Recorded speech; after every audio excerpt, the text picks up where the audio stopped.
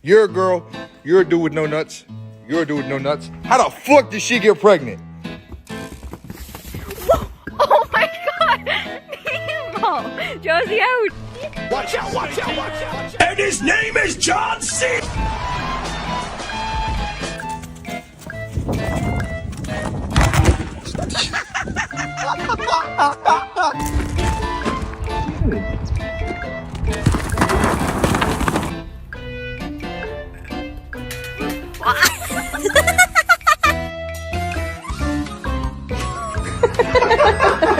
Hi there. He is obnoxious. He might knock stuff down. He has no shame.